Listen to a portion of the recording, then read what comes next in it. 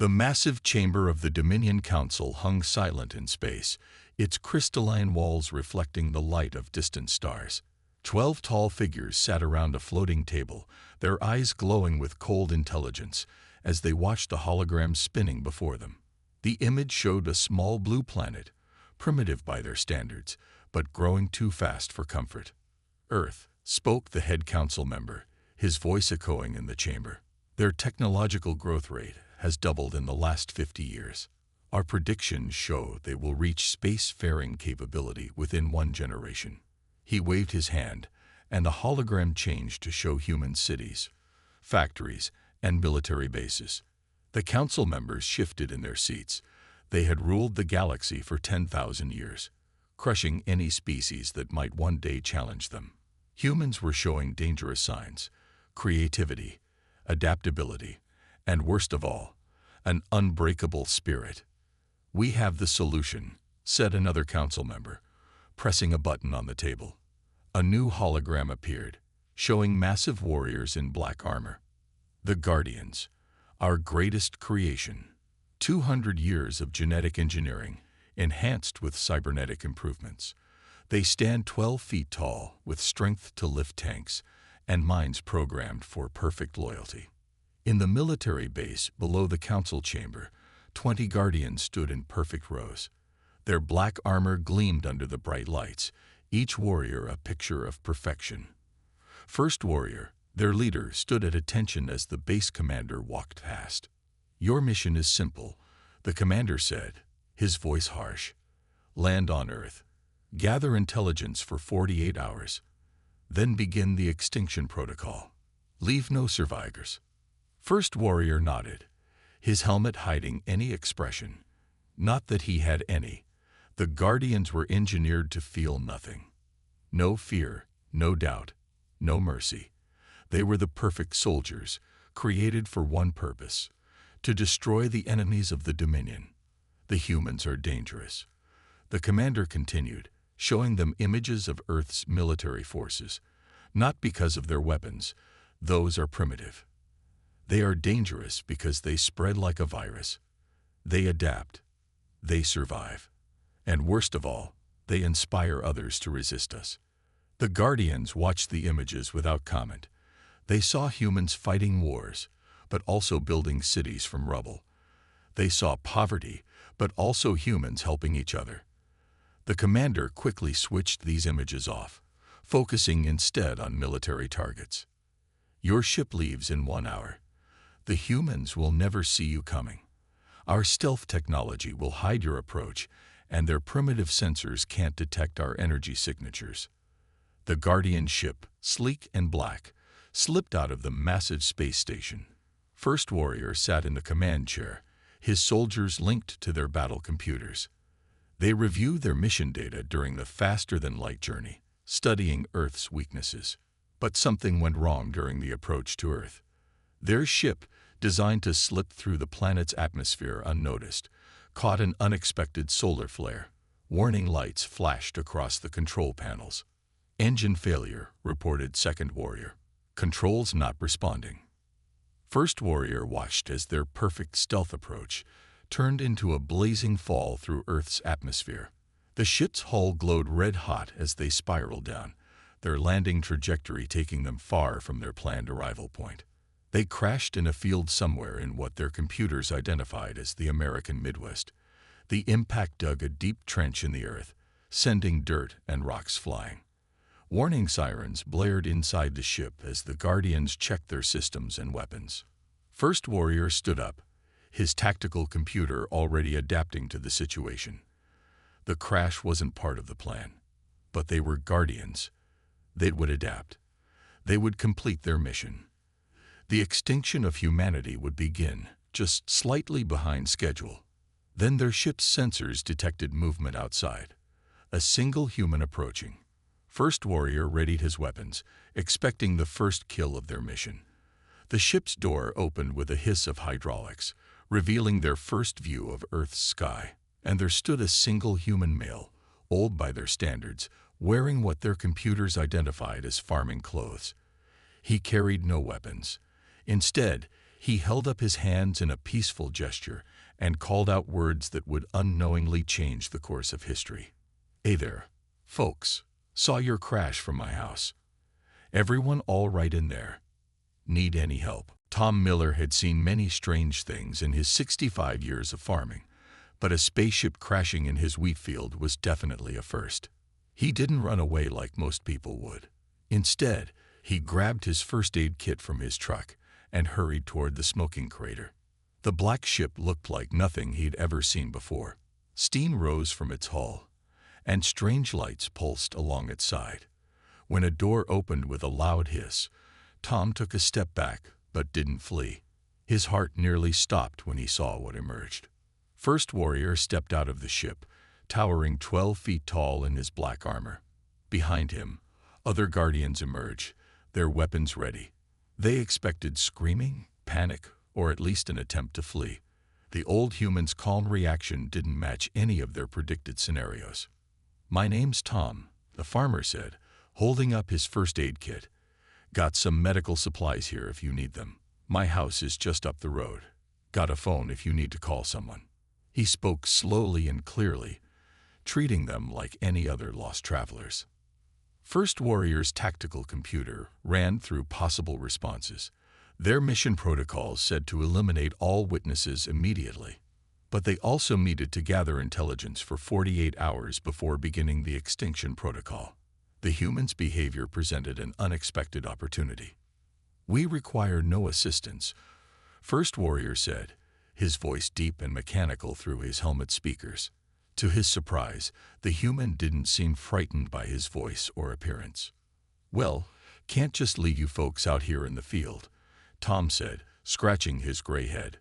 "Got a barn up by the house. Plenty of room if you need somewhere to work on your vehicle." He gestured at the crashed ship. The other Guardians looked to First Warrior for orders. Their programming hadn't prepared them for this situation. Humans were supposed to be violent, primitive creatures who solved problems with force. This elderly human's offer of help made no tactical sense. Why would you assist unknown beings who crashed on your property?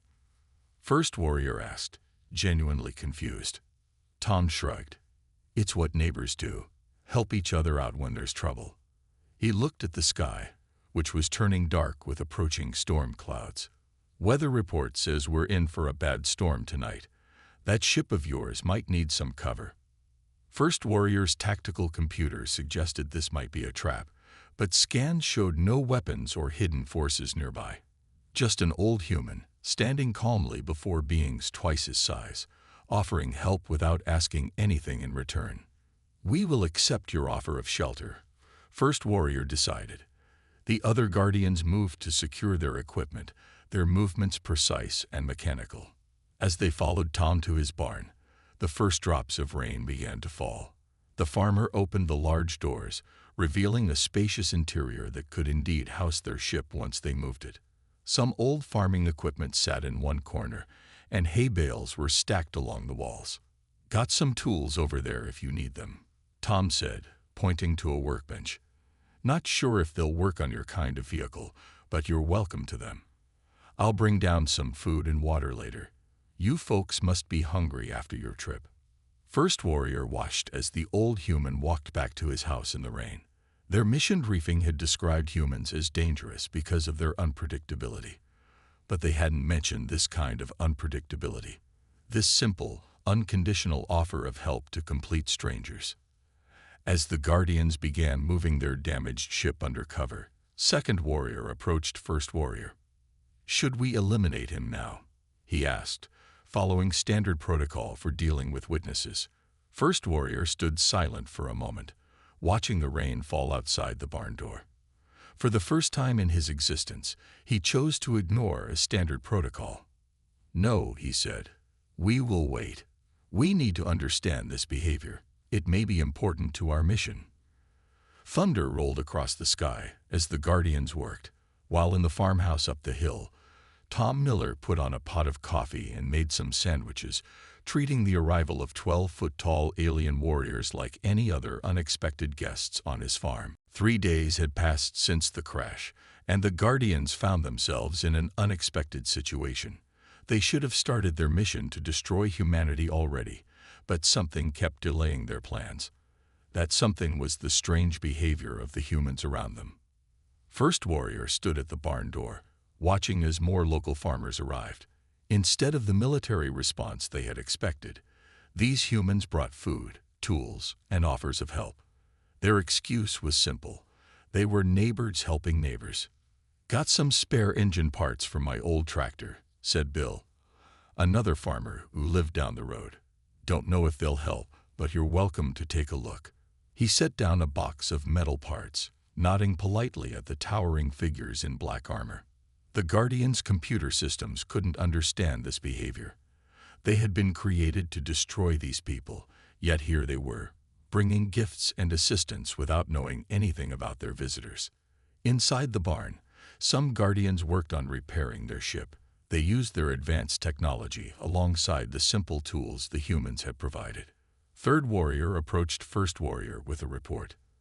"Our ship's main drive is still damaged," Third Warrior said.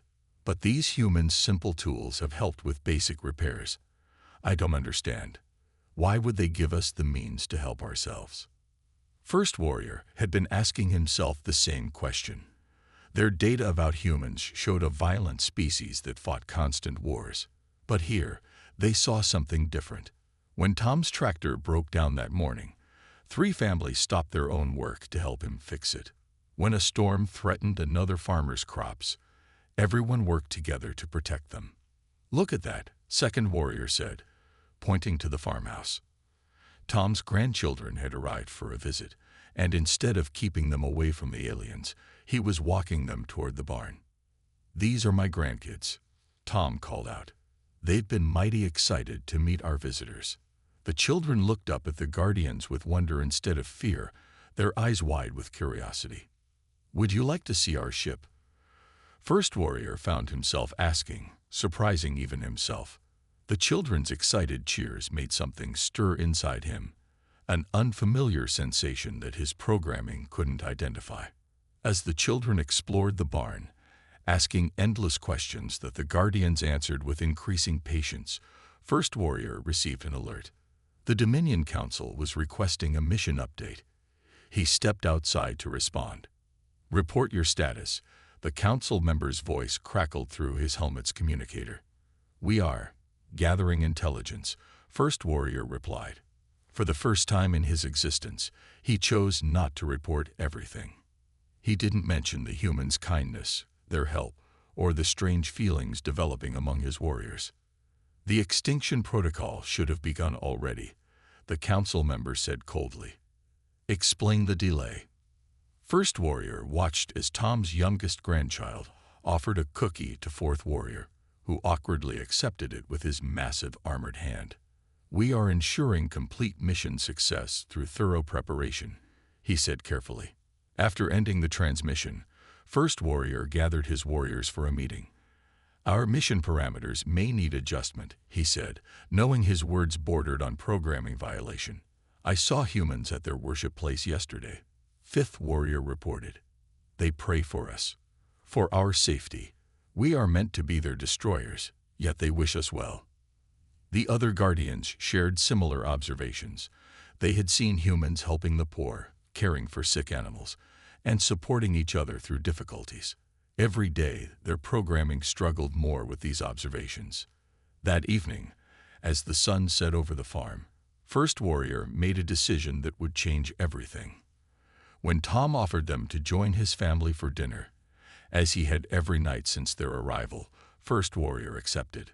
For the first time, the Guardians would sit at a human table, share their food, and listen to their stories. Unknown to them, each moment spent with these humans was slowly breaking down their programming, replacing their mission of destruction with something else: understanding. The Dominion had created them to be perfect killing machines. They never considered that this perfection would allow the Guardians to recognize and appreciate the perfection in human imperfection. Their capacity for kindness, their willingness to help strangers, and their ability to treat even 12-foot-tall alien warriors like welcome guests at their dinner table. The peaceful days at Tom's farm ended with the sound of screaming. First Warrior's sensors picked up the commotion from 2 miles away. The old coal mine on the edge of town had collapsed, and someone was trapped inside. "It's little Jamie Wilson," a woman cried as the Guardians arrived at the scene. A crowd had gathered around the mine entrance, which was now blocked by fallen rocks. He went in there looking for old mining tools for his school project. First Warrior scanned the mine structure. His tactical computer showed a high probability of further collapse. The logical choice was to avoid involvement. This wasn't their concern. Their mission was to destroy these humans, not save them. But before he could stop them, 2 human men rushed toward the mine entrance with tools. They ignored the danger, focused only on saving the child. More humans joined them, forming a rescue line. "The mine shaft will collapse completely in approximately 10 minutes, Second Warrior reported, watching the humans work. "Their efforts are futile. They risk their own lives needlessly." First Warrior observed the scene. The humans knew the danger. He could see it in their faces. Yet they kept working, passing rocks hand to hand, trying to clear a path. Their actions made no tactical sense, but they continued anyway. "Help us." Tom called out to the Guardians, his old hands bleeding from moving rocks. "Please, he's just a boy." First Warrior's programming screamed against what he did next. He stepped forward, his armored hands reaching for the largest boulders. "Guardians, assist the humans," he ordered. The other warriors hesitated for just a moment before joining him. With their enhanced strength, the Guardians cleared the mine entrance in minutes, but the inner tunnels were still dangerous, too narrow for their massive frames. A human would have to go in, but the shaft could collapse any second. "I will go," First Warrior said. He began removing pieces of his armor, shocking the other Guardians. Their armor was sacred, a symbol of their authority. But it was too bulky for the narrow tunnel. "The boy is approximately 200 meters inside," he told the humans. "I can move faster without assistance." Then he did something no Guardian had ever done. He crawled on his hands and knees, making himself small to enter the mine. His sensors guided him through the darkness. He could hear the boy's heartbeat, weak but steady. The tunnel groaned around him, small rocks falling as the structure weakened. His tactical computer calculated a 94% chance of death if the tunnel collapsed. He found Jamie curled up in a small space, unconscious but alive. First Warrior gently picked up the small human, cradling him against his chest. The boy seemed so fragile, so different from the Guardian's enormous strength. The return journey was a race against time. First Warrior could hear the tunnel collapsing behind him. His programming told him to move faster, to save himself, to leave the boy. But something stronger than programming made him protect the child with his own body as rocks fell around them. They burst out of the mine entrance just as it collapsed completely. First Warrior handed the boy to the waiting medical team, then watched as Jamie's parents hugged their child, crying with joy. "Thank you," Jamie's mother said, looking up at First Warrior with tears in her eyes. "Thank you for saving my boy." She hugged him, her arms not even reaching halfway around his massive frame. The other Guardians watched in silence. They had just witnessed their leader break multiple core protocols. He had risked his life for a human child. He had removed his armor. He had made himself vulnerable. But something else was happening too. Each Guardian felt something new in their neural networks, a warmth, an unfamiliar sensation that their programming couldn't categorize. Watching the humans celebrate life, seeing their joy and gratitude, created changes that no amount of programming could prevent. That evening, as the Guardians gathered in Tom's barn, they faced an uncomfortable truth. Their mission to destroy humanity now seemed impossible. Not because humans were too strong or too advanced, but because the Guardians had discovered something their creators had never planned for. They had learned to care. First Warrior looked at his damaged armor, then at his fellow Guardians. "We must make a choice," he said simply. None of them needed to ask what he meant. They had been created to be humanity's executioners, but fate had turned them into something else entirely, humanity's protectors. The emergency alert came just before dawn. First Warrior's communication system crackled with an incoming message from the Dominion Council. The other Guardians gathered in the barn, their armor gleaming in the early morning light. Your mission status is overdue. The council member's voice boomed through their communications. Our sensors show no signs of planetary devastation. Explain your failure, First Warrior. First Warrior stood tall, looking at his fellow Guardians. They had spent weeks among humans now. They had shared their meals, watched their children play, and witnessed countless acts of kindness. The thought of destroying these people no longer computed in their enhanced minds. The mission parameters were incorrect. First Warrior replied, his voice steady. Humans are not the threat you described. They are. He paused, searching for the right words. They are different. Silence filled the communication channel. Then, the council member's voice returned, colder than before. Your neural patterns show corruption. The humans have infected your programming. You have failed, First Warrior. The other Guardians moved closer to their leader, their massive forms casting shadows in the barn. Through the open door, they could see Tom's farmhouse, where the old farmer was already up, getting ready for his morning chores. We choose to protect humanity, First Warrior declared. The words felt strange yet right. We will not carry out the extinction protocol. Choice. The council member's laugh was harsh. You were not created to choose. You were created to obey. Your programming will be reset. The extinction fleet is already on its way. The communication cut off, leaving the Guardians in silence. Their tactical computers calculated the threat. A Dominion extinction fleet would arrive within days, carrying enough firepower to destroy Earth several times over. What are your orders? Second Warrior asked, but his voice carried something new, not the mechanical obedience of before, but trust and respect. First Warrior walked to the barn door, watching as Tom emerged from his house. The old farmer waved at them, completely unaware of the danger approaching his world. In just weeks, this human had taught them more about strength and dignity than centuries of Dominion programming. We must warn them, First Warrior decided. Then we must prepare to fight. The Guardians moved with purpose, gathering their weapons and equipment. Their ship was still damaged, but their knowledge of Dominion tactics and technology would be invaluable to Earth's defense. Within hours, government vehicles arrived at the farm. First Warrior had sent a message to Earth's leaders, revealing everything.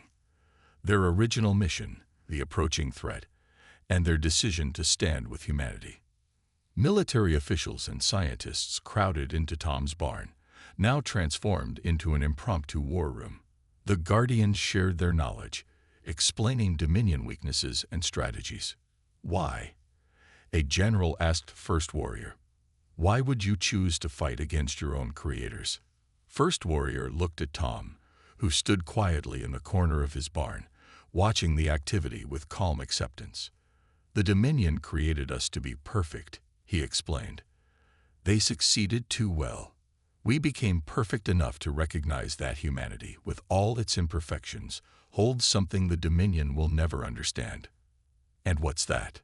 The general asked. The strength to show kindness to strangers, First Warrior replied. The courage to help others without reward. The ability to trust. He straightened to his full height. We were made to be weapons, but humans showed us we could be more. As military vehicles and equipment poured into the farm, transforming the peaceful fields into a base of operations, Tom approached First Warrior. Looks like you folks are in some trouble, the old farmer said, looking up at the massive warrior. Need any help? First Warrior felt something his programming had never planned for. Gratitude. Yes, he replied. We need all the help we can get. The Dominion will not show mercy. Well, Tom said with a simple smile, good thing you've got friends now. The Guardians stood ready as Earth prepared for war. They had made their choice, to protect rather than destroy, to save rather than condemn. The Dominion had created them to be humanity's executioners, But instead, they had become humanity's guardians in truth, not just in name. The sky turned red at noon. The Dominion fleet arrived with hundreds of warships, their massive forms blocking out the sun. People around the world looked up in fear, but inside Tom's barn, turned into Earth's main defense center, the Guardians prepared for battle. Their first wave will be hunter-killers, First Warrior explained to the gathered military leaders, pointing at the tactical display. Small, fast ships designed to destroy defense systems. He had spent days teaching Earth's forces about Dominion tactics. "Can our weapons hurt them?" asked the general, looking at Earth's gathered forces. Jets, tanks, and missiles that seemed tiny compared to the Dominion threat. "Yes," First Warrior replied. "The Dominion believes you too primitive to be a threat. They will not expect you to target their weak points." He turned to his fellow Guardians. "We will lead the defense from the front." The Guardians had spent the last week upgrading Earth's weapons with their advanced knowledge. Simple missiles now carried energy disruptors. Old radar systems could now detect Dominion stealth technology. They had given humanity every advantage they could. Tom watched from his porch as massive defense platforms, built using Guardian technology, rose from his wheat fields. His farm had become humanity's last line of defense. "Still can't believe all this started with offering some help to crash victims," he said to First Warrior, who stood beside him in full battle armor. "You taught us that true strength comes from protecting others," First Warrior replied. "Today, we prove it." The first attack came fast. Hunter-killer ships screamed through the atmosphere, their weapons blazing. But Earth was ready. Modified fighter jets met them head-on, using tactics the Guardians had taught them. The hunters, expecting easy targets, found themselves facing an enemy that knew all their weaknesses. First Warrior led the ground defense, his massive form standing tall as he directed Earth's forces. When a Dominion dropship tried to land troops, he personally threw it back into the sky, his enhanced strength sending it spinning into another enemy vessel. The other Guardians fought just as fiercely. They used their bodies as shields to protect human soldiers, their advanced weapons to take down Dominion ships, and their tactical knowledge to predict and counter every enemy move. "They're launching their main attack," Second Warrior called out, pointing to a massive ship descending through the clouds. "The Council itself has come to oversee our destruction." The Dominion Council's ship was enormous, bigger than a city. It fired weapons that could have leveled mountains, but the Guardians had prepared for this too. Earth's modified defense systems caught the attacks, using the enemy's own energy against them. First Warrior looked at his fellow Guardians. "It's time," he said. They all knew the plan. Board the Council's ship and end this fight from within. It was a suicide mission, but they had learned something from humans. Sometimes you had to risk everything to protect what mattered. But before they could move, something unexpected happened. All around the world, humans stepped forward to help. Fighter pilots volunteered to fly the Guardians to the Council ship. Engineers offered to modify their armor for space combat. Even Tom brought out his old truck, saying it could carry extra ammunition. "We fight together," the general said, speaking for all humanity. "You protected us. Now we protect you." The final battle happened high above Earth. The Guardians, supported by human pilots and weapons, boarded the Council ship. They fought their way to the command center, where the Council members watched in disbelief as their perfect warriors, aided by primitive humans, dismantled their power piece by piece. "How?" the head Council member demanded as First Warrior reached the control room. "How did they corrupt you?" First Warrior's answer was simple. "They didn't corrupt us. They showed us what we could be." The battle ended with the Council's surrender. Their mighty fleet, defeated by the combined strength of humans and Guardians, retreated from Earth. As the sun set on that historic day, First Warrior stood again in Tom's barn, now scared by battle but still standing, just like humanity. "What will you do now?" Tom asked, surveying the aftermath of the battle from his porch. First Warrior looked at Earth's sunset, more beautiful than any sight in the galaxy. "We stay," he said. to protect, to learn, to be what you taught us we could be. Not just warriors, but guardians in truth. 1 year after the great battle, Tom's farm looked very different. The craters had been filled, new wheat grew in the fields, and the old barn had been rebuilt. But now it served as more than just a storage place for farming equipment. It had become a meeting point between two civilizations.